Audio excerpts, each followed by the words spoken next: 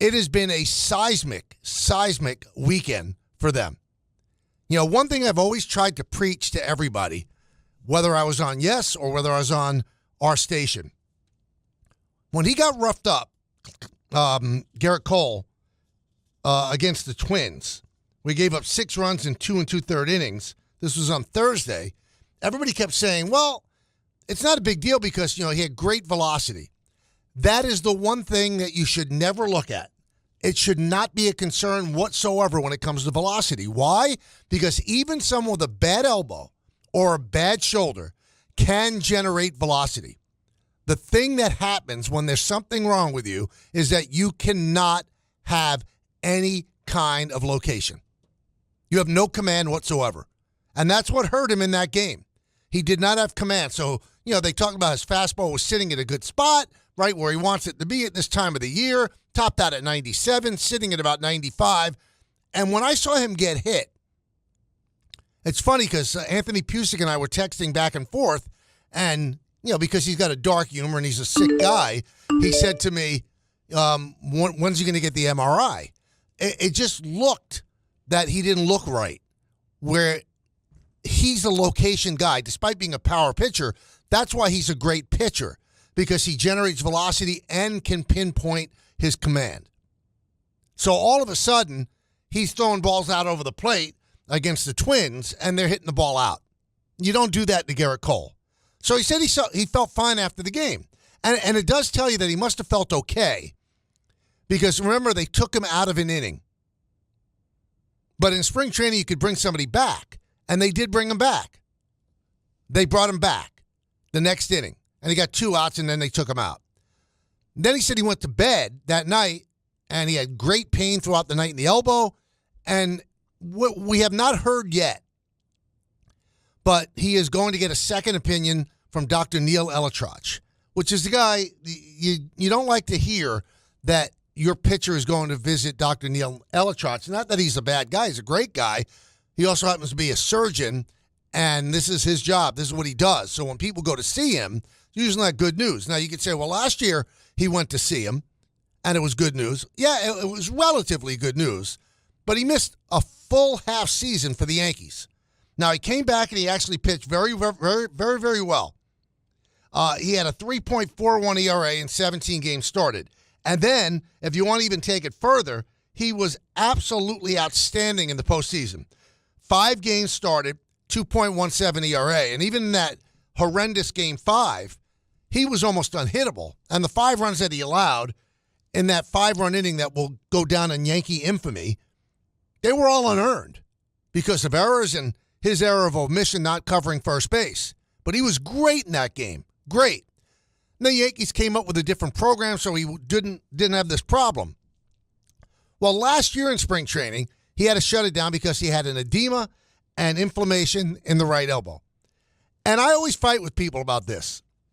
When you get injuries like this, when you get inflammation, and then they rest, and then they get better, well, I always go, well, something caused the inflammation.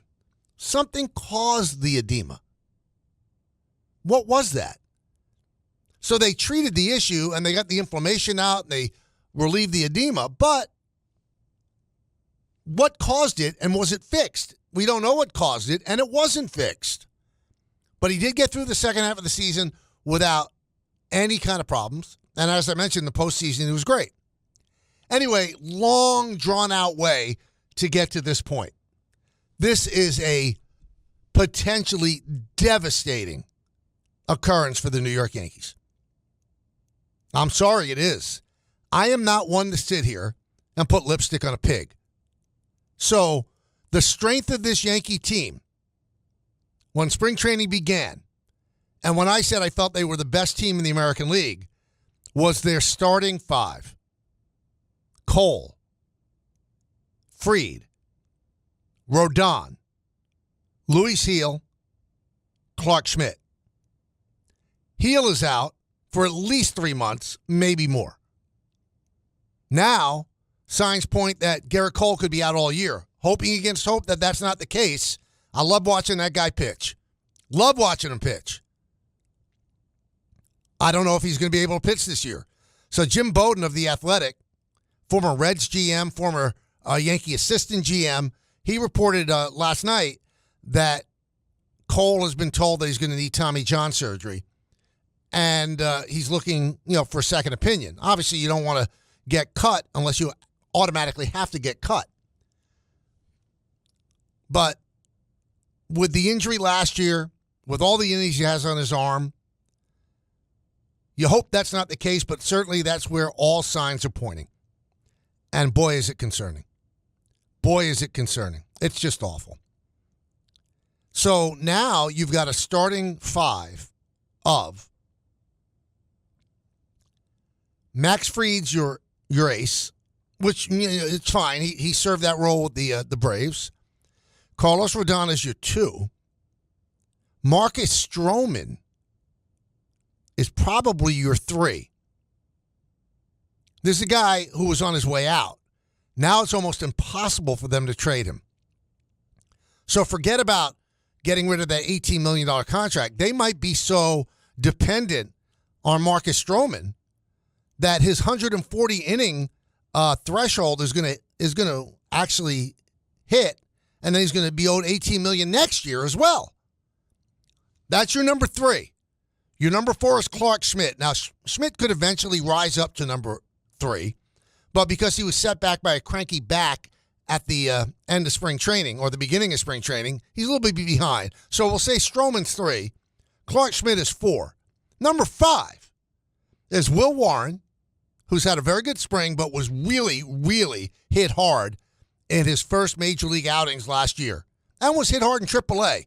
But they say he's come into camp with a different attitude, new pitch, changeup has been refined, his pitch to get out left-handers. They were really talking him up even before the injuries. So he's probably your number five, or Carlos Carrasco, or a guy named Alan Winans. So the strength of the Yankee team is now no longer a strength. And you also have Giancarlo Stanton, who's out for no one knows how long. So he just had his third PRP injection in both of his elbows. It's reported today he's going to get 2 more PRP injections in each elbow. He's not even close to coming back. And he said that it's a really, really painful injury. So the guy who's supposed to step up and protect Judge is probably out for a while. And that's the best case scenario. When I say a while, leaving a while wide open. So I don't know how to make you feel better about things, because I was the one, and it's so funny. People on social media are either trolls or really stupid, because there were some people going back and forth about these injuries, and one guy, I'm never going to give him the dignity of saying his handle on the air. Well, Michael Kay said it's the best team in baseball, best team in the American League, we'll be fine. Michael Kay said that when Gerrit Cole was healthy, when Luis Heel was healthy, and when Stanton was healthy. Because no matter how much Yankee boy nonsense you want to put on my plate, I'm never going to lie to you. I thought the Yankees had a really, really nice road to get back to the World Series. And then when you're in the World Series, anything could happen, no matter who you play. And I thought when everybody was healthy, the way the team was built, the way they pivoted from Soto, that they were, in fact, the best team in the American League. Now, I think they're a playoff team, but whether they're the best team in the American League, I'm not feeling that. I don't even know if they're the best team in the American League East right now.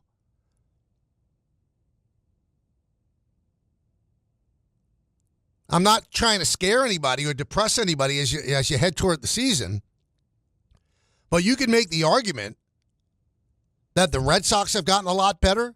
The Orioles last year, although the Yankees had a great season, they finished just 3 games out. Now, the Orioles are a little short on starting pitching as well, and Grayson Rodriguez is going to start the season on the IL, so that's a concern.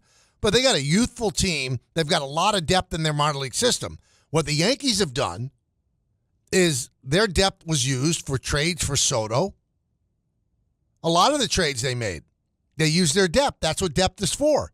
So now they've got to rebuild their depth. So when you look at their starting pitching now, their depth is starting. Stroman was considered a luxury. He's the number 3 starter. Will Warren was supposed to start the season in AAA. He's your number 5 starter. Carlos Carrasco, you kind of scratch your head and go, why'd they sign him? Now he might make the team. And Alan Winans, a non-roster invitee, he's in the mix. So if anybody told you that when you went into spring training, you'd say, well, that doesn't look good. I'm going to be honest, it doesn't look good right now. So you got the Orioles, you got the Red Sox, you got an interesting Toronto team that didn't get everything they wanted in free agency and in trade. But you know what? They made some nice additions. Hoffman in the bullpen, Santander. Not bad. They got at least another year of Guerrero. They got a pretty decent pitching staff as well. Never discount Tampa Bay, ever. They're always going to surprise. Always going to surprise. So that's a tough division. You're playing every single one of those teams 13 times. So if you're a Yankee fan, there's no way, if you're honest with yourself, that you feel great about what's happening. I don't want to be all doom and gloom. You know, Max Fried has to step up and be the pitcher that he has been before. Carlos Rodon had great moments last year. Then had a little fallow period as well. He's got to be good all year.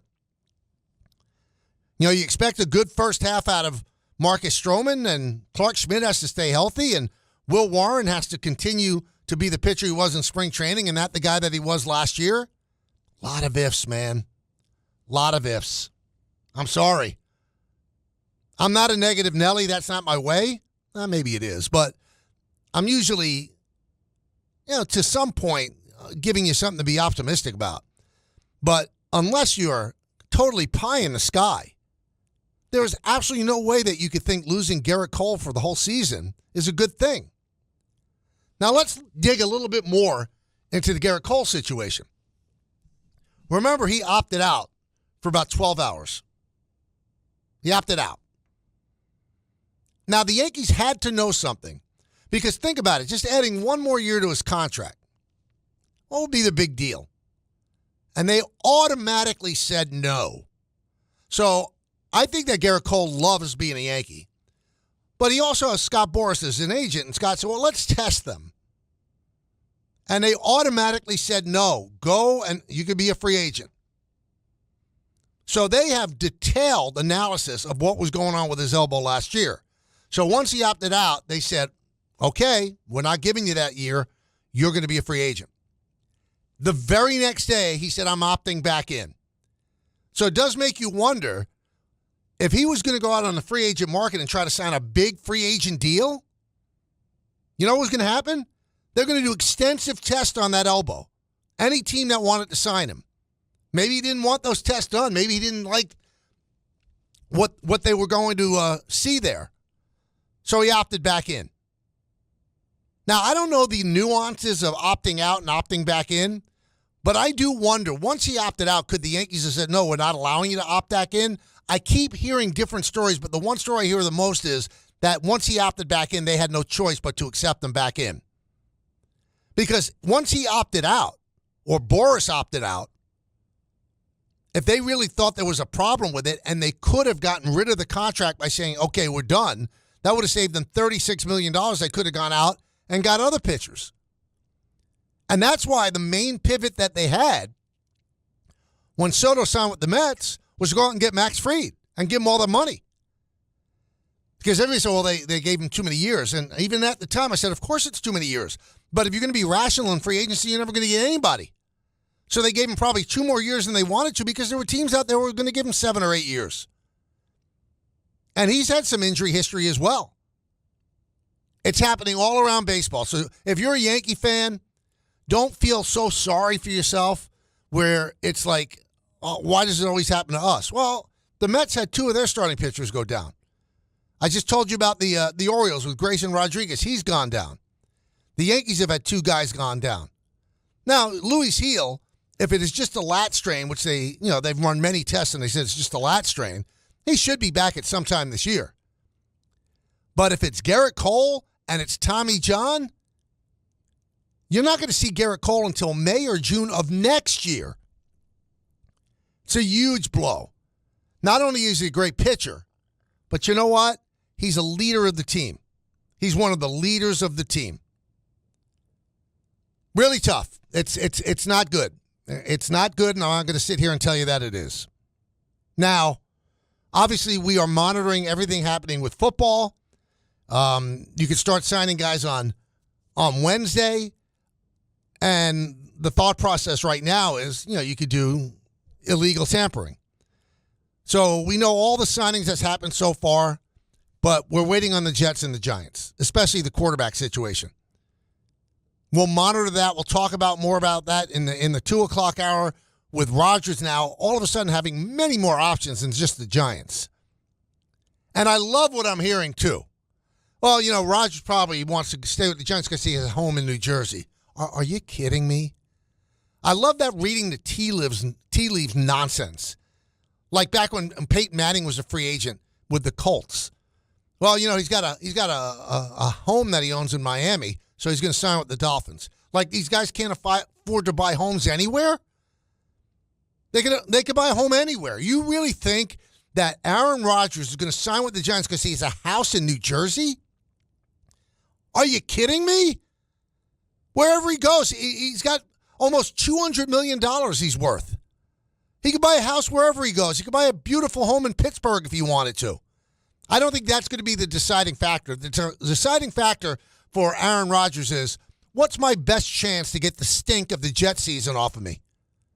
Where can I win some games and go out riding high rather than riding low? I think the most poetic thing that could happen, though, is if he ends up with the Minnesota Vikings. So he goes the same route as Brett Favre. And they didn't get along that great. So he does the same exact thing that Brett Favre did. 1-800-919-3776. That's the number. We want to hear from you. It's time for you to be the co-host. Again, 1-800-919-3776. Let's start off with Raul in Harrisburg. Raul. Hello, Raul. Hey, how you doing? Good. How are you? I'm doing good. Good. Yes. What do you got? Oh, I already said it. I want to talk about. You're on the air now, Raul. So tell me. Oh, I'm so sorry, Michael. I had the app on. What's going on? Well, not too much. It was confusing because it was muted. So I had to tell your screener or the producer that I can't listen to you. All right. So now you're listening to me. Tell me what you want to say. You got it, Mike. Listen, Mike. My thing is, a lot of people right now are blaming medical staff and medical problems in baseball. It's not just happening with the Yankees, right? It can happen at any team at any point, right? So my question to you, did Cole got injured during the spring, or did it happen, or did it build up last year and he didn't want to say nothing, just like you said on the air 15 minutes ago? You know what I mean? It sounds fishy to me, but here's an issue that we can fix if it's the Yankees. There was a report out there that Dylan Cease is available for the Padres. I don't know if that's true or not, but if it is, it's an emergency hack for the Yankees. I just want to know what you think about that and if it's legit. Well, I think that for a while there, you got it. For a while there, the Padres were looking to trade Cease or Michael King. So I'm sure the Yankees will explore all avenues. But remember, the Yankees are now a desperate buyer. So everybody's going to try to hold them up. Everybody's going to want George Lombard Jr. Everybody's going to want Jason Dominguez. These are the things that people are going to ask for. You know, the one player that intrigues me the most is Sandy Alcantara of the Marlins, who missed last year because of Tommy John. He's looked great in spring training. He signed a very affordable contract for the next 2 years and 2 more option years after that. And the Marlins aren't going anywhere, so they're going to want to get a really unbelievable package. And I'm sorry, the Yankees have to decide, how desperate are we? Are we good enough to make the playoffs the way we are, or are we giving up George Lombard Jr.? Now, this guy, they think, is going to be an absolute star. So you've got to weigh desperation with necessity. Can they make the playoffs the way they are presently constituted? The American League is not that strong. So I think they can make the playoffs even without Cole, even without Heel, even without Stanton. But can they win a World Series or get through playoff rounds? I don't know if they can. Now, the one positive of the Cole injury is if he is out for the year, they have insurance on that contract. They do. So they will be able to recoup some of that money and maybe then reroute it and spend it somewhere else. But the people that are remaining on the free agent market, like, Lance Lynn, do you really want Lance Lynn? Is he that much of a different than Will Warren? Those are the things that you have to think of. 1-800-919-3776. Let's go to Trevor in Sonoma. What's up, Trevor? Trevor? Michael, how's it going, man? Good. How you doing, man? Good, man. Hey, I got a quick question for you. Go. Hey, I'm wondering, what do you think about, instead of trying to make a trade, what do you think about maybe trying to acquire Trevor Bauer? We could probably get him for the league minimum. Okay, let me ask you a question. Why would they want Trevor Bauer, who just pitched in Japan the other day, didn't pitch well? Not one other team where pitching is desperately needed around baseball will even touch this guy. Why do you think they should do it? Well, the reason why I think it might be interesting is because instead of trying to, like you said, give up some of our prospects, right, like Lombard Jr. or anyone else, right, I just feel like there's a possibility that we can maybe instead try to sign a guy that I think can still pitch in the big leagues. I know it's a little bit of a risk just considering the kind of character that he is, but I think that taking a shot on him would be better than trying to give up someone that could be the future of our organization. Yeah, listen, I wouldn't want to give up George Lombard Jr. either, and we thank you for the phone call, Trevor, but I will tell you this. No one will touch Bauer with a 10-foot pole. Teams are desperate for pitching. This guy's been out there for 2 years. Nobody wants him. Now, we know what we know, right? We know what we know, what's been out there in the public. And you almost wonder, what do teams know that we don't know? Why will this guy not even be considered? I don't think he's a consideration for the Yankees. I just don't.